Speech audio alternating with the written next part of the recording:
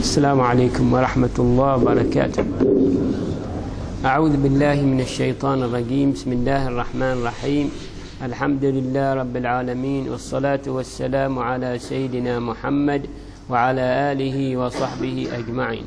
أما بعد، فإن الله تعالى يقول: يا أيها الذين آمنوا اتقوا الله حق تقاته ولا تموتن إلا وأنتم مسلمون. يا أيها الناس اتقوا ربكم الذي خلقكم من نفس واحدة وخلق منها زوجها وبث منهما رجالا كثيرا ونساء، واتقوا الله الذي تساءلون به والأرحام إن الله كان عليكم رقيبا. يا أيها الذين آمنوا اتقوا الله وقولوا قولا سديدا يصلح لكم أعمالكم ويغفر لكم ذنوبكم، ومن يطع الله ورسوله فقد فاز فوزا عظيما. اللهم لك الحمد كما ينبغي لجلال وجهك وعظيم سلطانك، ولك الحمد على كل حال. الحمد لله الذي بنعمته تتم الصالحات، ما شاء الله لا قوة إلا بالله. صلى الله على نبينا محمد وآله وصحبه وسلم. اليوم كان اليوم عندي مصافي، لو حاب نطاع يكفيني الدرس كان زين. والمنجيات طاعة المنان رب السماء في السر والإعلان. والمنجيات طاعة المنان رب السماء في السر والإعلان. والعدل في حال الرضا والغضب، فيه النجاة من جميع العطب. والقصد في الفقر وفي الغناء، ينجو به المرء من العناء. والمهلكات الشح والإعجاب، كذا الرياء كلها خراب. عن من الأبيات؟ عد ليهم تتونين. عن من الأبيات؟ ديوان حسان بن ثابت وديوان الغشري. ما جوهر النظام إلا آية أنشأها الرحمن ما بين الورى. يا ليت الطلبة يحفظوا جامع الآداب في آخر الجوهرة، جامع الآداب والحكم. ايش ذكر الشيخ هنا؟ ماذا ذكر الشيخ هنا؟ المنجيات والمهلكات. ما هي المنجيات من عذاب الله، وما هي المهلكات في عذاب الله والعياذ بالله؟ ما هي المنجيات؟ والمنجيات طاعة المنان رب السماء في السر والإعلان. والعدل في حال الرضا والغضب، فيه النجاة من جميع العطب. والقصد في الفقر وفي الغناء، ينجو به المرء من العناء. هذه المنجيات. والمهلكات الشح والإعجاب، كذا الرياء كلها خراب. كم المنجيات وكم المهلكات ذكر شيخنا؟ ايش أولها؟ طاعة المنان. من المنان؟ هو الله عز وجل. قل لا تمنوا علي إسلامكم، بل الله يمن عليكم أن هداكم للإيمان. مكذا؟ وما بكم من نعمة فمن الله، وإن تعدوا نعمة الله لا تحصوها، إن الإنسان لظلوم كفار. هو المنان الذي يمن على عباده بفضله ويرحمهم برحمته.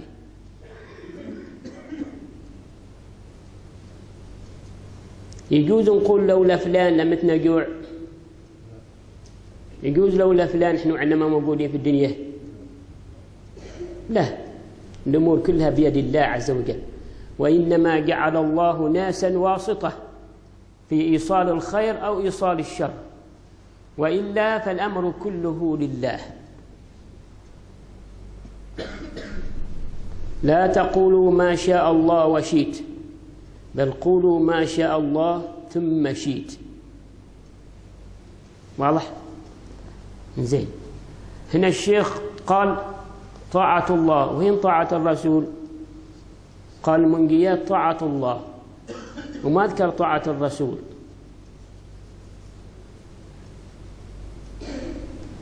ما يستوي الشيخ يتكلم كلام ما له معنى.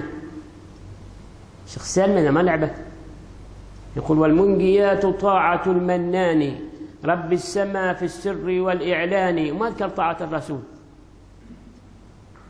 لأن طاعة الرسول من طاعة الله، طاعة الرسول من طاعة الله.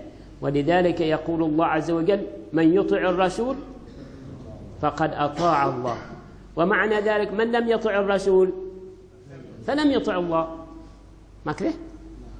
شوف في سورة الأنفال في موضعين: يا أيها الذين آمنوا أطيعوا الله ورسوله ولا تولوا عنه وأنتم تسمعون. ما قال عنهما. واضح؟ المفروض يقول عنهما: يا أيها الذين آمنوا أطيعوا الله ورسوله ولا تولوا عنهما وأنتم تسمعون. قال عنه، رجع الضمير عن مفرد لأي شيء؟ لأن طاعة الرسول من طاعة الله. يا أيها الذين آمنوا استجيبوا لله وللرسول إذا دعاكم لما يحييكم. ما قال دعاكما، المفروض يقول دعاكما. ما كده؟ لكن أهل العلم قالوا أن طاعة الرسول من طاعة الله عز وجل، لا فرق بين هذا وهذا. زين. هنا قال طاعة الله عز وجل لا تصلح إلا أن تكون في السر والعلانية سواء. إيش معنى ذا الكلام؟ أنا أتظاهر قدام الناس أني مطوع وأني زين وأحافظ على الصلاة وأتصدق وأصوم، ولكن سريا أعمل أعمال أخرى سريا. هل أكون أنا طائع لله ورسوله؟ صحيح، أنا طائع للناس ما طائع لله. إذا كنت طائع لله فالله يعلم ما أخفيه عن الناس، كذا وما كذا، يعلم خائنة الأعين وما تخفي الصدور. أنت تطيع الناس ولا تطيع الله، وتخاف من الناس ولا تخاف الله، أنت غير مسلم. صحيح. بل كانوا الأوائل يعملون أعمالا صالحة يخفيوها عن الناس. عن ايش يخفيوها عن الناس؟ عن ايش يخفيوها عن الناس؟ حتى ما يدخلهم الرياء. تلقاه يصلي في الليل، تلقاه يتصدق سريا، تلقاه يتعاون مع الضعفاء، تلقاه يعني يدعو الناس إلى الخير، تلقاه يسوي أشياء لو طلعت عليها تغبط على ذلك، لكن ما يظهرها عن الناس، يخفيها عن الناس خوفا من الرياء، خوفا من الرياء. حتى يذكروا قصة عن واحد من العبيد، عبد مشترى بفلوس، وهذا العبد يخدم سيده بالنهار، وفي الليل يروح يتعبد برا عند الجبال. ففقدوه واتبعوه، سباروا عليه أن عنكم يصير مع حديبات يسوي منكر، فوجدوه يصلي هناك، ولكن عندما يكبر تكبر الجبال حوله، عندما يكبر بيت الإحرام تكبر. وهذاك متابعنا دخله الخوف، فرجع وقال لسيده أنا هذا العبد أريد أشتريه بأي ثمن كان. قال ما قطع عليه شيء إلا يقول أنه يخرج بالليل ما عاد يصير. قال أنا أطلب منك هذا الطلب، لكن شاور أنت. قال شاور خبره. قال قل له هذا بغى يشتريني، ايش السبب؟ ما السبب يشتريني بهذا المبلغ العظيم؟ سأله. قال أنا هذا الذي اطلعت عليه. خبر العبد. لما خبر العبد مشي يصلي وسجد واسأل الله تعالى يتوفاه ويكون مات بين أسراره. خاف الرياء وتوفاه الله تعالى. هاي القبليين قسم، هذا قضية يعني التظاهر قدام الناس بالصلاح والإفساد داخل. هذه قضية خطيرة عليك يوم القيامة، يوم الناس يجتمعون من الشرق والغرب، من يوم مخلوق الدنيا يعني تحتشر مثل الذر، كلهم يشهدون عليك بأن أعمالك غير مقبولة، وأنك تخفي أشياء مزينة، فتكون عارا عليك، تكاد تسقط بك الأرض ولكن لا ترزق. وذكر الشيخ سالم الله يرحمه في المعارج الآمال قصص عند عذاب القبر. الشيخ سالم الله يرحمه، قول آمين. ذكر من جملة القصص، يقول رجل صالح متوفي أبوه الظاهر، ويصير يسلم على أبوه ويقرأ قرآن. كان القبليين يصير يقرأ قرآن عند طلوع الشمس، قرأ قرآن زين. يوم من الأيام سمع صوت يعني في القبر، يسمع صوت واحد يضرب واحد، وهذاك يصرخ ويقول لا ألم أكن أصلي، ألم أكن أصوم، ويقول لهذا المضروب يقول حظ ضارب، فيقول نعم. ألم أكن أحج، قال نعم. ألم أكن أزكي، قال نعم. ولكنك إذا اختليت عن الناس عصيت الله عز وجل. هذاك الرجال يسمع هذا المخاطبات في القبر وبغي يموت من خوف، يعني بغي يموت من خوف. لازم الإنسان يخاف من هذا المواقف. يعني هذيك الله تعالى يقدر يخفيها كذا وما كذا، ولكن يبينها على الناس حتى الناس يتناقلوها، ويكون الناس على حذر. أنت تخدع من أصلا، أنت تخدع من، تخدع أبوك، تخدع زوجتك، تخدع أخاك المسلم، تخدع إخوانك، تتظاهر لهم بالصلاح وأنت مفسد. هذه تعتبر خيانة كبيرة، خيانة عظيمة تعتبر عند الله تعالى، والله لا يحب الخائنين. وذاك الرجل جاء إلى الرسول صلى الله عليه وسلم قال يا رسول الله ما الإحسان يا رسول الله؟ الرسول يحب على الإحسان، والقرآن يقول يحب المحسنين، يحب المحسنين دائما، محسنين محسنين محسنين. قال ما الإحسان يا رسول الله؟ قال أن تعبد الله كأنك تراه، فإن لم تكن تراه فإنه يراك. إيش معنى أن تعبد الله كأنك تراه؟ معناه على أنك تراقبه، حتى إذا بغيت تعصي ما تقوم تعصي الله تعالى، ما تقدر. بتكلم كلمة ما زين ما تقدر، ولو غلط مرة تتوب عن إيش؟ أصلا تستحي من ربك. صحيح ولا ما صحيح؟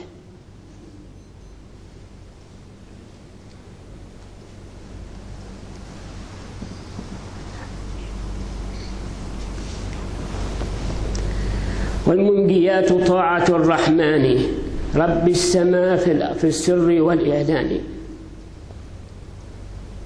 والعدل في حال الرضا والغضب، والعدل في حال الرضا والغضب به النجاة من جميع العطب. إيش معناه العدل في حال الرضا والغضب؟ معنى انته بعض الأوقات يضطرك إنسان تغضب، ما كذا؟ كزوجتك أو ولدك أو حد يضطرك تغضب. عند الغضب لازم تملك لسانك، لازم تملك نفسك، ما تنفذ كل أبو تقدر له، لأنك خلافها تلوم. صحيح ما صحيح؟ كثير من الناس عندما يعني يسوون بسبب حال غضب، ترى هذه عادة الدنيا كذا، عاد ما يرد لسانه ولا يقدر يرد لسانه عن أي شيء، يبرد فؤاده بأي كلام كان زين وشين، المهم أنه يرتاح نفسيا، يقول برات فؤادي. لا، ما يشتري. لازم يقول الشجاع الذي يحفظ نفسه عند الغضب. الرسول صلى الله عليه وسلم أمرنا عند الغضب إذا كنا قائمين نجلس. الرسول يقول وإذا كنا جالسين ننام ونقوم نتوضأ. عن إيش؟ من شان ينزل الغضب. كم من الناس يجوا يخبروني أنا طلقت زوجتي طلاق الثلاث، أنا طلقتها 50 طلاق، أنا سويت شيء الفلاني. عن إيش؟ قال غضبتني. زين أنت لو قابض عمرك عند الغضب ذيك الحين ما أحسن؟ قال ما دريت أصلا. أتروح الحرمة والرجال يبكيوا من عندي. عن إيش بكيوا؟ ما يحسن الحريم؟ يحسن الحريم، لكن البيت تارس أولاده كذا ما كذا. البيت تارس أولاده ما فكر، وهي ما فكرت أنها تسوي سبب نبأ أيضا.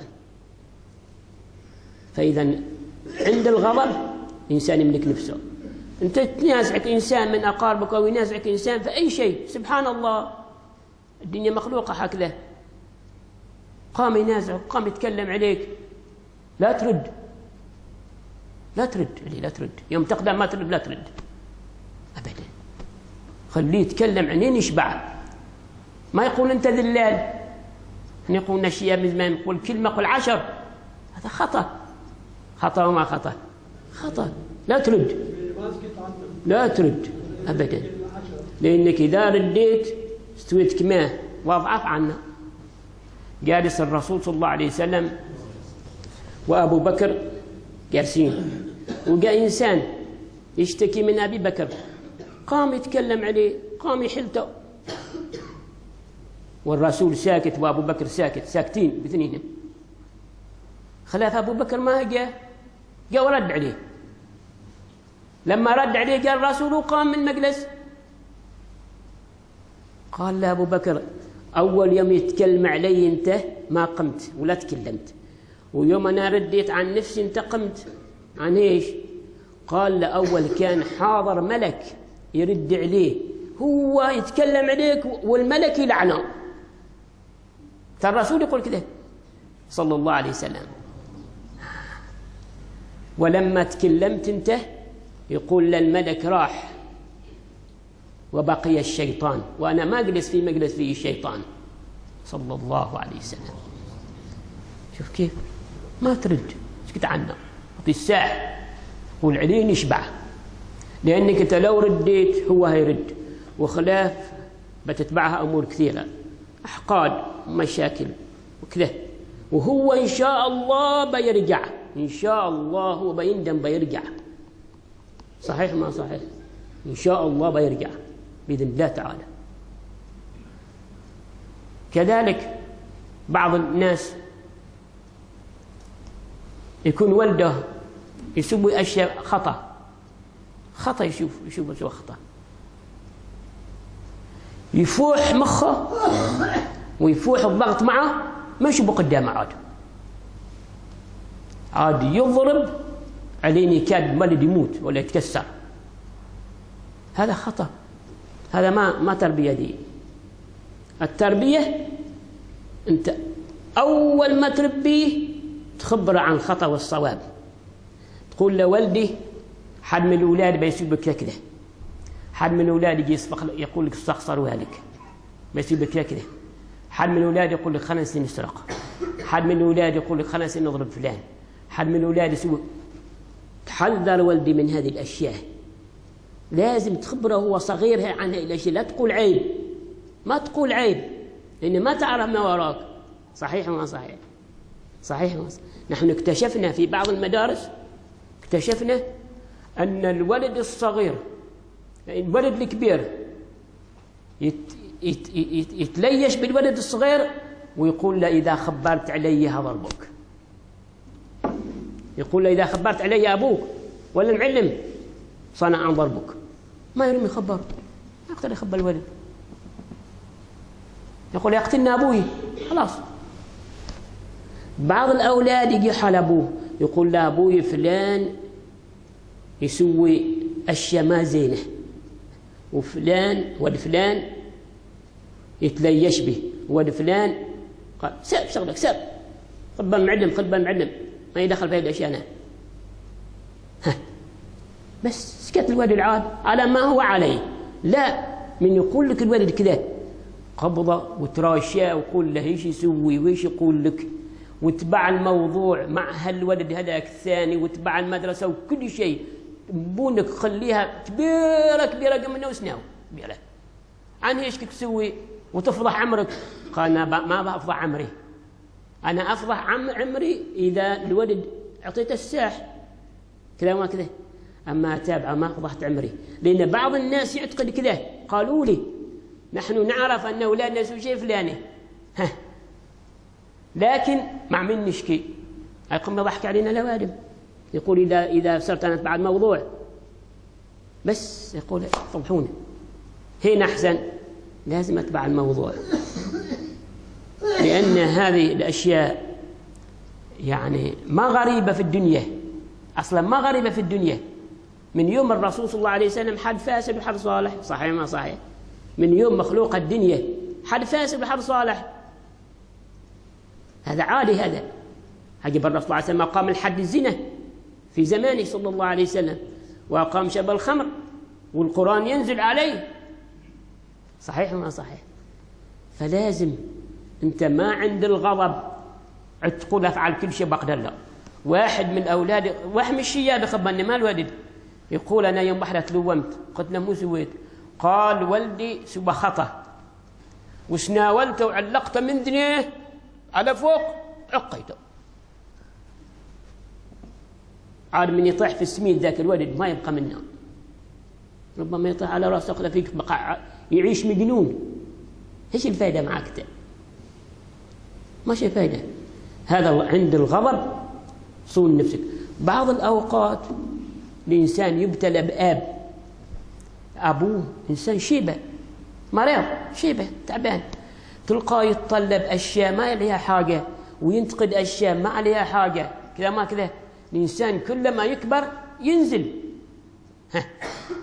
الولد هنا لازم يصبر ويتعلم الصبر كذا ما كذا، لازم تتعلم الصبر والداقي مثل الطفل، لأن الله أراد يبليك بهذا.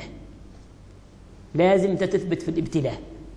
أنا شاهدت ناس تستغرب، والدي أبغى شيء الفلاني قال إن شاء الله، والدي يعطيني أشرب قال إن شاء الله، والدي قلبني قال إن شاء الله، والدي شيل من فلان قال إن شاء الله. قلت له ما ضينك وما وسع صدرك؟ قال هذه فيها أجر. يقول هذه خدمة الوالدين في أجر، لكن بعض الناس لا، ما يتحمل، مرة مرتين خلاص قد جنن بنا وصجخ بنا انتهى يتوكل سواء تربى. لا، اصبر لأنك مبتلى. بعض الأوقات أمك كذلك آخر عمرها تبقى كذا، هي الحالة. لازم تصبر، لازم تتحمل. كما يقول الشياب قصة، يخبرنا عن قصة، يقول واحد هو وولده خارجين السيح، قال الولد صغير يقول أبوي مو هذا، قال له انجم، قال أبوي مو هذا، قال له انجم. جب 20 مرة و30 مرة والآب ما يغضب، هو يقول له ولد انجم. مرت الأيام وكبر الشايب واجد وكبر الولد وجالسين نبى في السيح، وترى عاد الشايب عاد لازم إنسان من كبر أو إنه بغى يقرب نابه، قال ولدي مو هذا، قال انجم، قال ولدي مو هذا 3 مرات، والرابعة قال انجم غرب نجمك. قال ما شاء الله. يقول أنا راد إنها قبل 30 مرة يوم تسألني أنت أن انجم وما مليت، ولدي 3 مرات ومليت. شوف طبيعة ابن آدم كذا، طبيعة ابن آدم كذا، أن الإنسان تحدث له أشياء تغضبه وتثير له حماسة ويحب ينتقم بأي وجه كان، حتى بشيء حرام ما يجوز، وخلاف يندم، خلاف يندم. كان بيتكم، كان مع ولدك، كان مع زوجتك، كان خارج البلاد، هذا شيء ضروري. الحياة يعني تقتضي كذا، الحياة حالها الحياة كذا، وما صارت المشاكل إلا من الغضب. يقول الرسول صلى الله عليه وسلم، يقول حرجال يقول يا رسول الله انصحني، يقول له انصحني يعني اعطيني نصيحة. قال لا تغضب. وجاء من جانب الثاني قال لا انصحني يا رسول، قال لا تغضب. جاء من جانب الثاني قال لا تغضب. كلما يرجع لي نصيحة قال لا تغضب، لأن الغضب يؤدي إلى أمور كثيرة. صحيح؟ أذكر بعض القصص كذا، يعني الناس سبحان الله كل حد الله تعالى يعطيه عقل بقدره، كل حد الله تعالى يعطيه بقدر عقله بقدر. يعني واحد يتكلم على الشيخ حمود، يتكلم عليه كلام قدامه، وكان يتكلم ذيك الجدار يتكلم الشيخ حمود، هلك بحاضرين يقول مين يتحمل هذا الكلام؟ مين يتحمل هذا الكلام؟ سبحان الله، هذه طبيعة في الناس، طبيعة كذا يعني، مواهب من الله تعالى، مواهب من الله.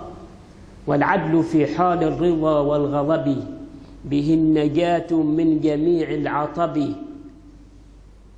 ورقم الثالث، والقصد في الفقر وفي الغناء، ينجو به المرء من العناء.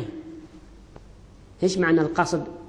معنى التوسط في الأمور، كنت فقير أو غني، كن متوسط في لباسك، في طعامك، في بيتك، في سيارتك، في كل شيء. ما تكون يوم يكون المخ بتارس ما تبالي، ويوم المخ ما في شيء أنت تكون غير. ما يقول بعض الناس، يقول مو علم الحاجة هذا كتب الأكل، مو علم الحاجة تشتري دشداشة ودي ب30 ريال، مو علم الحاجة تشتري واطي ب25 ريال. قال مخبة تارس والخير واجد. إسراف ولا ما إسراف؟ إسراف. الإنسان يسيب قصد، كل شيء قصد. الله تعالى يحب الوسط، ما كده؟ كنتم خير أمة وكذلك جعلناكم أمة وسطا. رب العزة يحب الوسط في كل شيء. لا تفتخر في لباسك، لا تفتخر في طعامك، لا تفتخر ببيتك. بعض الناس يبنينك قصر وتلقى هذاك الشيء يسميه سيراميك، وشيء يسموه معه يلخوه في الجدار، مو يسميه أنا ما أعرفه، حتى يجلس الشعر ما أعرفه، وشيء ما رخام. وهذاك الكراسي يتيمن بواحد 100 ريال، وهذاك الأمر العظيم تقول قصر ذاك نمرود.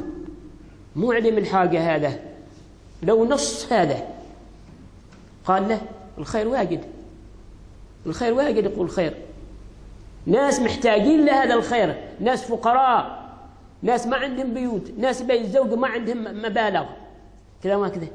صحيح ما صحيح؟ فكر، أنت تسأل عن مالك من أين اكتسبته، وبعدين فيما أنفقته.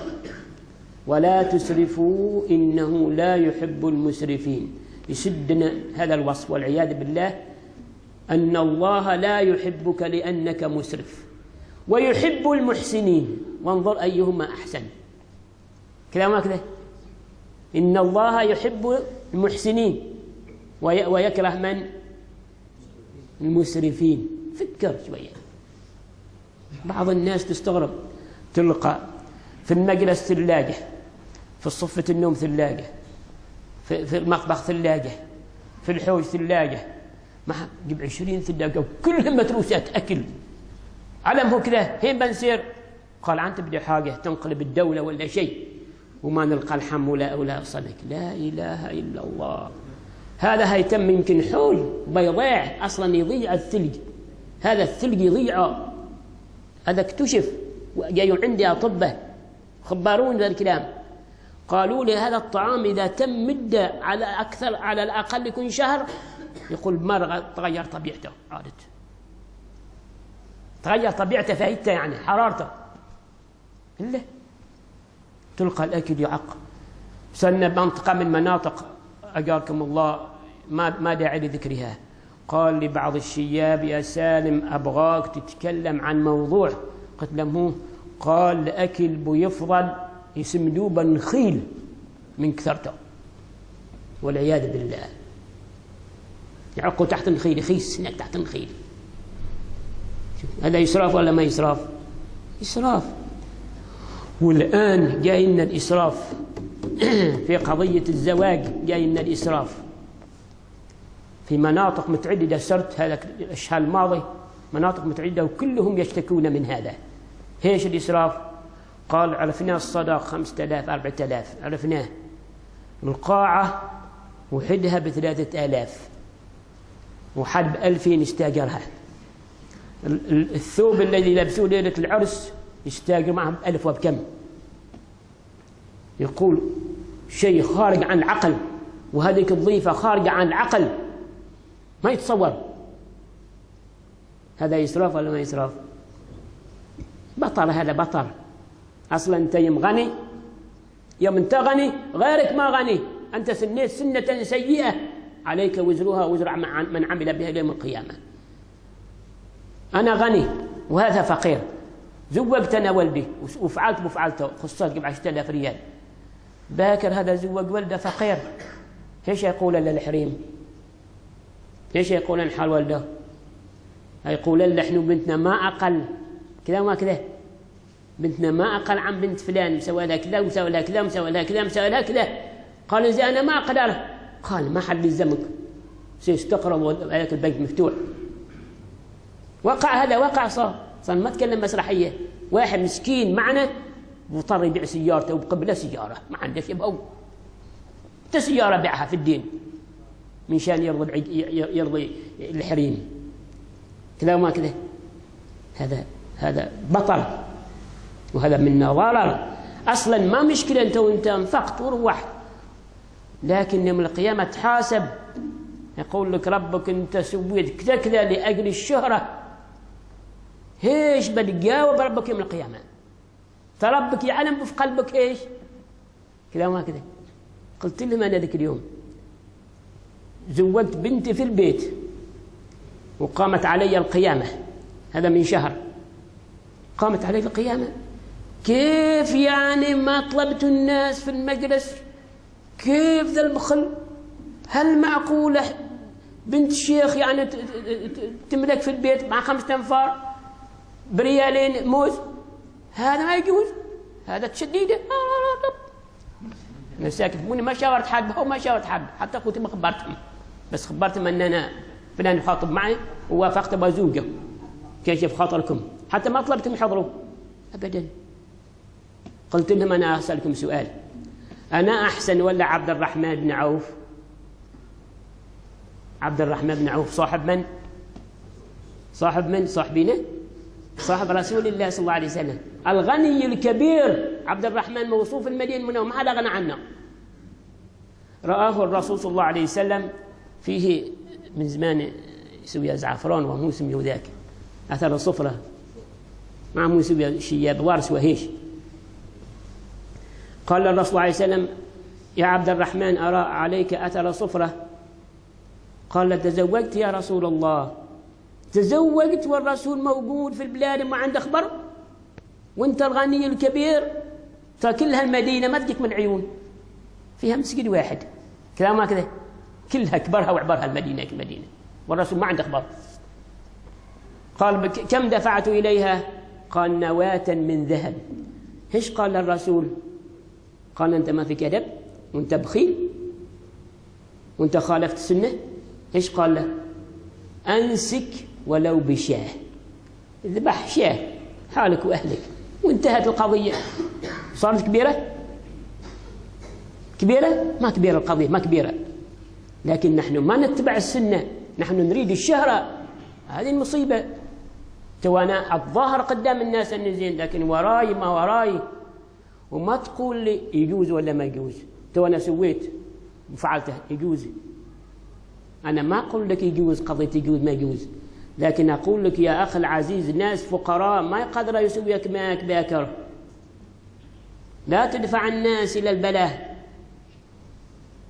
واضح وما واضح؟ هذا الكلام. من أجل هذا جابر بن عبد الله رضي الله عنه قتل أبوه في غزوة أحد، وخلف جابر وبنات. جابر بن عبد الله مشى يتزوج والرسول ما عنده خبر، المدينة ما عنده خبر الرسول. لاقى جابر قال يا رسول الله تزوجت؟ قال تزوجت ثيبا أم بكرا؟ قال ثيبا يا رسول الله. قال ما لك لا تتزوج بكرا؟ قلت تلاعبك وتلاعبها وأنت ولد شاب. إيش قال له؟ قال له يا رسول الله أبي قتل في غزوة أحد وخلف أخواتي ما لهن قائم، فأخذت امرأة ثيبا عاقلة تقوم بالبيت، والرسول ما عنده خبر بشيء. خالف سنة جابر، خالف سنة الرسول. الصحابة ما يخالفوا سنة الرسول، يموتوا على سنة الرسول، ما يخالفوا، ما يرضوا بدل في أي شيء. صحيح ما صحيح؟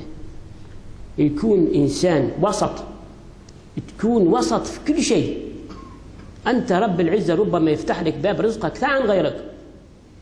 تونا إذا كنت هذا الزل مثلا، قال لي هذا بيتي، قال لي هذاك بيفرش زل متوسط قيمته 500 ريال، حابيتك كامل متوسط، خلاص ما أبغى من الضعيف الذي باكل رقم بدله مرة ثانية، متوسط ما غيري، ما كذا.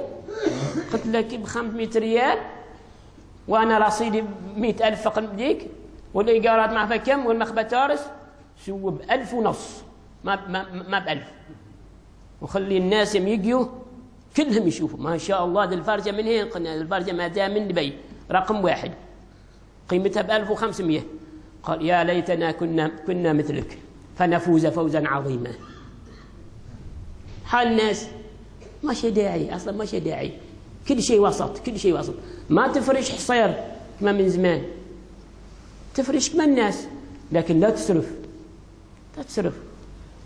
سيبرر عرف أنك تحاسب يوم القيامة عن هذا. لكن خليها كلها لله، ما لأجل الناس أبدا. والناس يقولون ما شاءوا، حد ترى راضي وحد غضبان طبيعة الناس هكذا.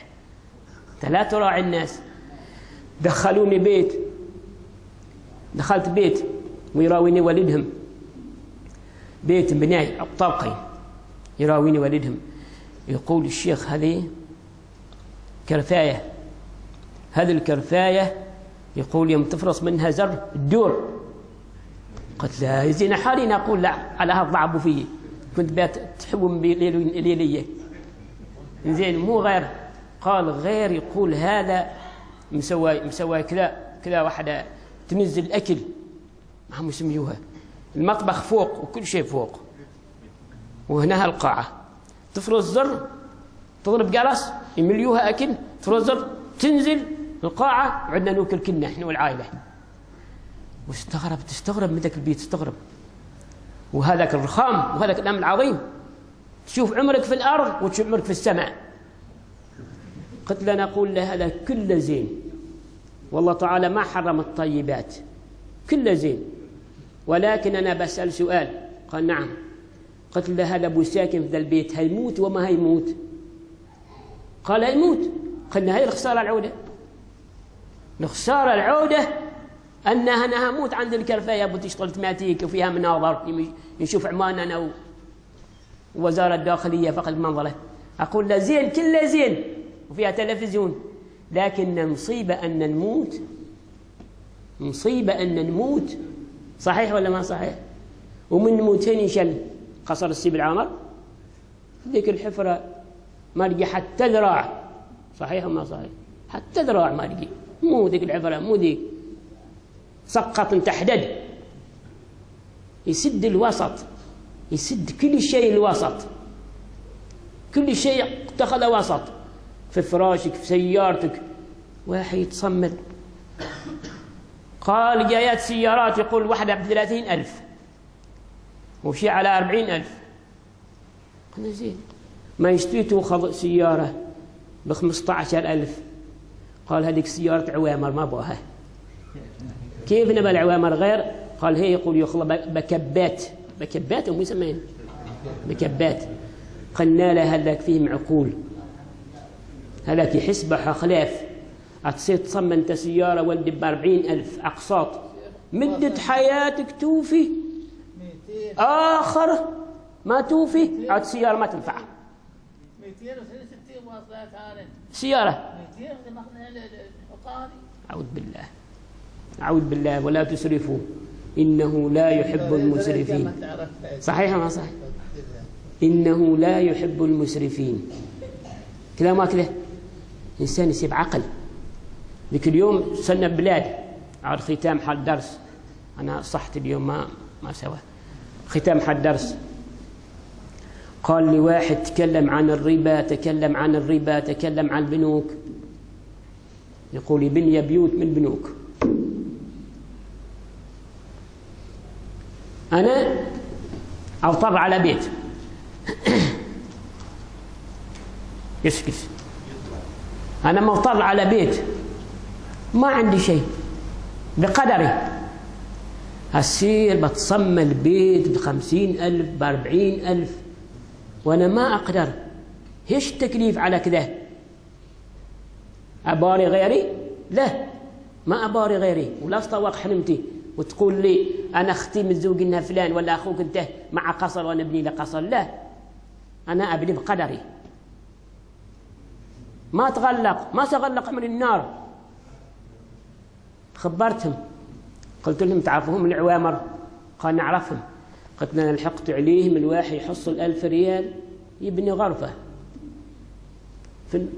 بعد كم من شهر حصل 1000 ريال بنى غرفة الثانية. لكن ما يقال ليوم القيامة أن أعمالك ما مقبولة لأنك أخذت من البنك. هذا من عقل وما من عقل، هذا من عقل. بعض الناس الآن بدأ يتغيروا.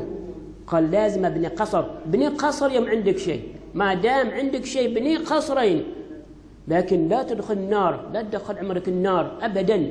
الشيخ السالم الله يرحمه يقول وذو الربا مردودة أعماله لو كان قيراطا حواه ماله. كلما عمله صح كلما مقبولة والعياذ بالله. مسكين ذيك اليوم يتصل بواحد يقول انقذني. قلت له عنهم. قال أنا خلط 10,000. قال أنا 20,000. يقول وفيت. مشيت أراجعهم قالوا لي ما شاء الله عليك، ما شاء الله عليك، أنت شيخنا وأنت تعاملنا جزاك الله خير. يقول هذا دفعت هذا السنوات كل الفائدة بس والأصل باقي. لا إله إلا الله محمد رسول. ما التكليف على هذا؟ إيش الداعي على هذا؟ لازم الإنسان يصبر على شيء من أجل شيء، من أجل سعادته يوم القيامة. وبارك الله فيكم وجزاكم الله خيرا وعوض الله لكم الأجر والإحسان. سبحانك اللهم وبحمدك نشهد أن لا إله إلا أنت نستغفرك ونتوب إليك. اللهم اغفر لنا صلى الله عليه وسلم.